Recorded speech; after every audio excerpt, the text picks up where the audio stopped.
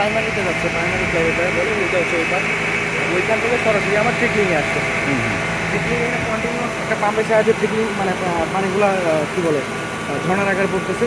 নিচে যাওয়ার পরে নিচে একটা পাম্প আছে, পাম্পের সাহায্যে ওইটা আবার ওই এরিয়েশন ট্যাঙ্কে চলে যাচ্ছে। ওই যে পানি পড়তেছে দেখতে, ওটা হচ্ছে এরিয়েশন ট্যাঙ্ক। এরিয়েশন ট্যাঙ্কটা আমার ওইখান থেকে এটা হচ্ছে সেকেন্ডারি ক্লারিফায়ার। পানিটা ওইখানে যে আমার ক্লিন হচ্ছে।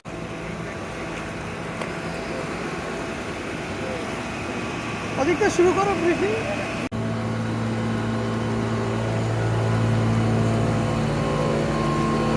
এখান থেকে আমার ওইটা হচ্ছে গ্রিড চেম্বার, ওইটা। আচ্ছা, গ্রিড চেম্বার থেকে সরাসরি আমার ইকুয়ালাইজ ট্যাঙ্ক, এখানে ইকুয়ালাইজ আছে, গ্যারেট আছে।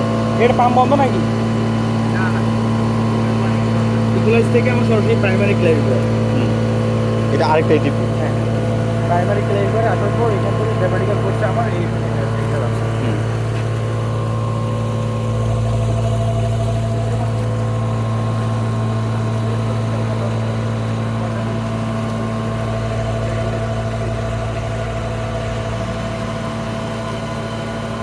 আপনার কি ক্যাপাসিটি হচ্ছে 60,000 litre per hour. 60,000 litre? 15,000।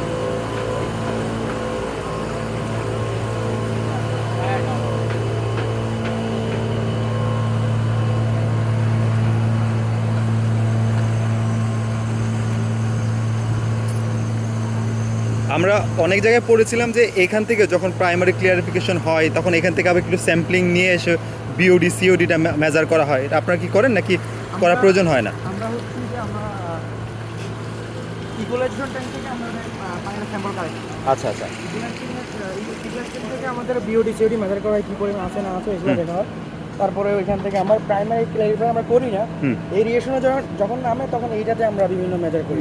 Sludge কী পরিমাণ আছে, পিএইচ টিএস কেমন আছে, বিওডি সিওডি কেমন আছে। প্রপেলার কি ডাবল প্রপেলার ইউজ হয় না সিঙ্গেল? ওইখানে ডাবল প্রপেলার মানে প্রপেলারটা ঘুরতেছে না? ও ওইটা ওইটা তো